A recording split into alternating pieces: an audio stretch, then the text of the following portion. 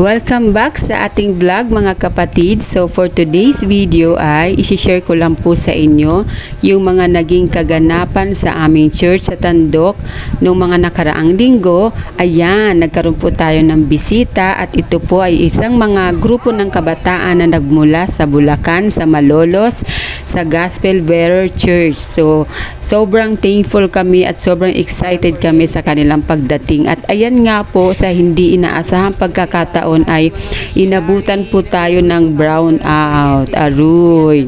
So ayan, go pa rin po at fight pa rin ang ating mga kabataan at lahat po sila ay may mga kanya-kanyang ginawa at ginampanan. Talagang hindi sila nagpaawat at hindi sila nagpapigil. Sila talaga yung nag-insist na gumawa at maghugas po, magluto, kung ano-ano pa yung mga ginawa nila dyan, magbomba, mag-igib. Ayan, inipunan nila yung tubig sa CR. So, yan nga po, hindi po expected na nagkaroon po ng brownout ang Talugtog at isa po ang Tandok sa naapektuhan. So, nagkataon naman na meron tayong bisita during that time. Pero ayan nga po, hindi po natin expected yan.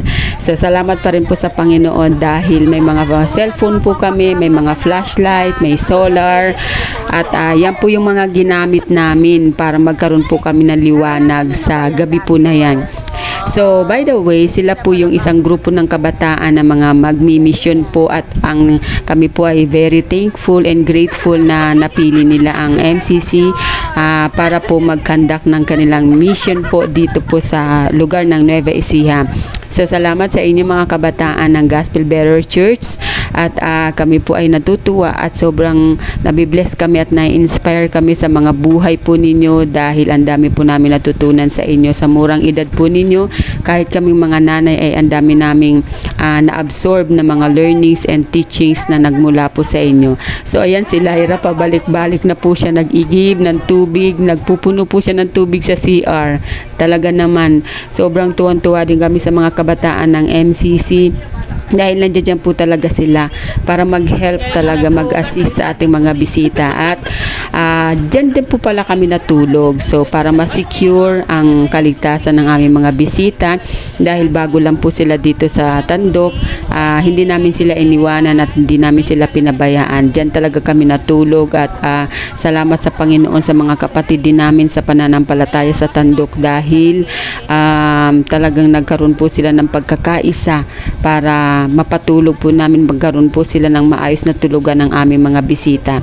So ayan guys, nakikita nyo naman kahit walang ilaw, kahit pagod sa biyahe yung mga yan, talagang dire-diretso po yung mga ginagawa nila at walang kaarte-arte ang mga kabataan na ito. May mga kanya-kanya silang mga task dyan. So sila na po nag-insist dyan na sila maghugas at talaga naman nakakatuwa yung kanilang mga buhay dahil gamit na gamit po talaga ito sa paglilingkod sa Panginoon. So praise God po sa mga buhay ng mga batang ito. Sobrang na-inspire kami sa mga buhay po ninyo. Pagpalain po kayo ng Lord and I hope and I pray na hindi lang ito yung una at huli na mamimit namin kayo. One day ay magkikita-kita pa rin po ulit tayo, hindi man sa pagmimission pero sa ibang mga gawain at gatherings po para sa paglilingkod sa ating Panginoon.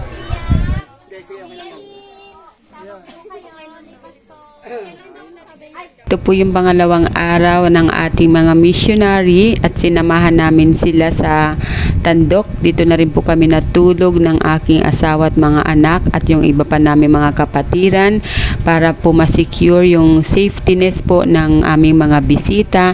So dito po kami sama-sama po kami natulog. At yan nga po, pagising namin sa umaga, ayan ang aming breakfast.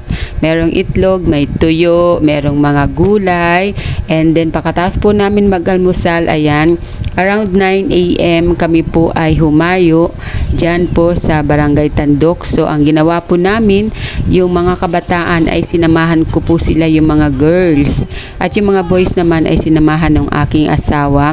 So ayan yung mga boys na pumunta sila sa lawa at naligo yata sila dyan or naghanap po sila ng suso dyan kasi gusto daw po nila ma-experience yung pagkuha ng suso.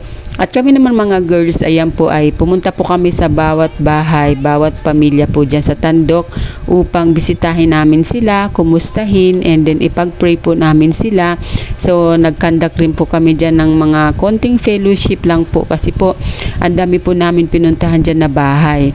And then medyo limitado na rin po yung oras ng ating mga missionary dahil 10 a.m. po ay susunduin na sila ng aming senior pastor para po sa papuntang Muñoz dahil ngayong araw na rin po ang balik po nila sa Bulacan.